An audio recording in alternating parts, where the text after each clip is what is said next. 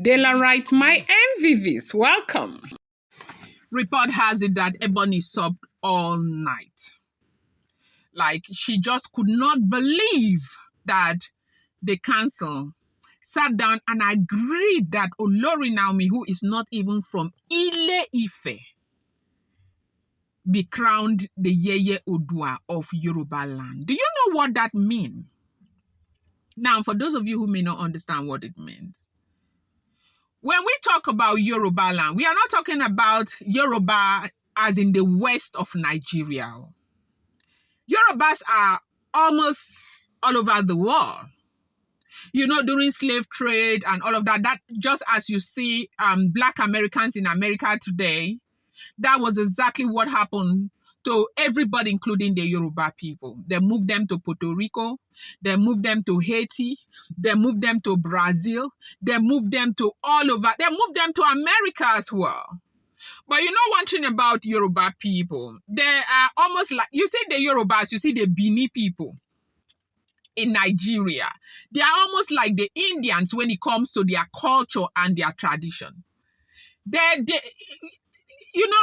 respect their own culture and they respect their own tradition. Now, when you look at a Bini man, you can look at a Bini man and say, chai, this man na juju man, no. They carry juju, they carry ngongoni all over the place. But if you are an educated person, you may not be, you may find it difficult to, distinguish between the culture and the juju. Because sometimes culture seem like juju. I remember a time where I went to attend a burial in Benin in Nigeria. An old man died.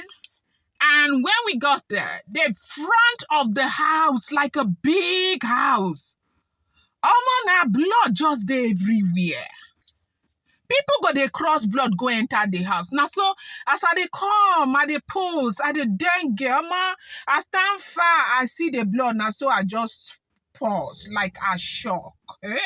Am I supposed to cross that thing? Trust my mother. My mother don't start kabashing the blood of Jesus. Blah, blah, blah, blah, blah. But sometimes we may not really know is a tradition, is a culture and all of that. But let me not digress, okay? Because I don't like it when you guys begin to complain. You know, you mean a lot to me, right? You mean a lot to me, okay? So, Yorubas are all over the place. And so when you say a person is going to be conferred with a title called Yeye Odua, Olori Naomi Yeye Odua of the Yoruba land, you're saying that you're making her the mother of the Yoruba people across the globe. And that is big. And that is huge. And now, why is Ebony sobbing? Why is Ebony feeling so well, this bad? People are beginning to realize that this Yeye Odua, this title has been the fight the entire time. You see, those of us who are here running our mouth, we didn't know. This is a title that it comes with a lot of spiritual, and it comes with a lot of privileges, and all of that is a big title. So Ebony's eyes have been on this very title. But Ebony she I don't know why she doesn't understand that some of these things you cannot just like wish them to happen, even though she says she is a spiritual figure, okay? It is something that, is ordained by the gods. They say the atmosphere in the palace was heavy, not with rain or wind or thunder, but with the thick, quiet weight of, realization. A turning point had arrived, and at the heart of it stood Queen Naomi, no longer just a quiet spiritual voice, but now standing tall as the one elevated above all others. The woman the ancestors have whispered about for years. They say earlier that evening, following intense consultation with, palace elders, the high priesthood of Ile Ife, and a close circle reviewed of the Oferinades ritual progression, the Ooni of Ife gave his blessing for Queen Naomi to be formally elevated told the sacred title of Yeye Odua even before the final phase of the ritual is completed. This move, shocking in its timing, but spiritually strategic, immediately sent shockwave through every corner of the palace. But no one felt it more deeply than Ebony. For hours that night, her sobs echoed softly through the golden hallway of her wings. She refused food, refused conversations, laid on the floor, wrapped in one of her royal wrappers, crying without restraint. Like, I cannot stand this shame, they said. People very close to her said that was what she was crying. That she can't stand the shame anymore. She repeated over and over, her voice cracked from exhaustion. This is not the Kabiyesi I know. This is not what I wanted, okay? Like, this is not what I thought this was going to turn out to, okay? This is why, she returned. So Queen Naomi knew it all along, and that was why, there was a time Naomi was saying, I no go do, I'm not coming back, I'm not coming back. Then all of a sudden, Naomi started, and that time it was very difficult for Kabiyesi to fight for Naomi. Now, let me tell you when I knew from my heart that Naomi had started fighting for her husband. If you think I am lying, put it in the comment section. Naomi doesn't talk, right? For those of you who know her, she doesn't talk. She has one kind of wisdom that when they are interviewing her, have you noticed that she speaks like she speaks in Proverbs? Remember when she went and she said, I am a bride waiting to be dressed, okay? Now, any other person will say, okay, anytime marriage comes, I will take marriage. Naomi doesn't speak like that. This is a woman that has so much wisdom. So that I was just trying to explain to you the way she talks. You see that Mercy Johnson show? When I saw Mercy and Naomi on that Mercy Johnson show, I knew immediately after that Mercy Johnson, I knew that this woman has made up her mind to fight for her marriage. Because that was when they asked her if she was still doing her royal duties. She said, yes, she is doing her royal duties. And they asked her how she feels being married to a man who is married to other wives. She went straight to say, well, he likes the crowd, but she doesn't like the crowd.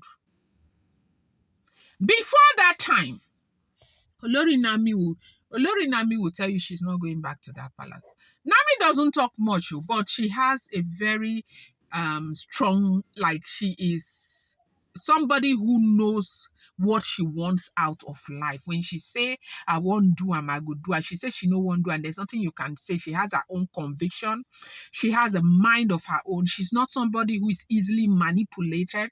She's not somebody that you can just throw anything at and she'll begin to respond like a woman that does not have wisdom. Naomi is not like that. So when she started fighting for her marriage, I knew when she started fighting back for this marriage. Now, they say Ebony was crying that, yes, that was why she decided to come back to the palace, because she knew this was what she wanted and all of that. So all of those times that Olori Naomi was saying she's not coming back, I'm not doing again, I don't want again, I am not coming back. Do you know that Naomi was actually servicing the Oloris? They were happy. They loved it. They loved the fact that, she didn't want to come back. They say she cried. That Ebony cried. She warned me before she left. That she told somebody who is close to her in the palace. That Naomi warned me before she left. That heaven does not forget those who were sent. I laughed then, but she was right. She came back not just to reclaim her seat. She came to take the whole roof off. That was her cry. Meanwhile, elders were not shocked. In fact, during the private meeting earlier, one of them is quoted to have said, let us not pretend anymore. This is not sudden. This has always been her path. The war in this palace has never been about position. It has always been about who was sent to wear the mantle of Yeye Odua. That is what these rivalries, this insult, this sabotage have always been.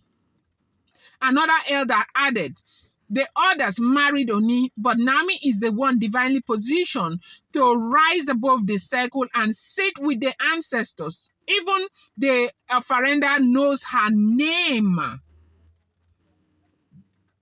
In Yoruba tradition, Yeye Odua is not a honorary title. It is a sacred office. It means a woman so named because the spiritual mother of the Yoruba nation, okay, carrying not only influence but cultural authority and ancestral approval. It is a rule that elevates her above the level of a consort or wife. She becomes the female counterpart of Odua himself, the one through whom destiny flows. The last woman to carry such an essence, according to oral tradition, never even sat at the king's table. She sat in the inner sanctum, where decisions of eternity were whispered, and that is the position they're about to hand over to Olori Naomi right now. I'm going to bring you more update. Do not forget that these are all alleged, rumors, unverified information making the rounds on social media and should not be seen as fact.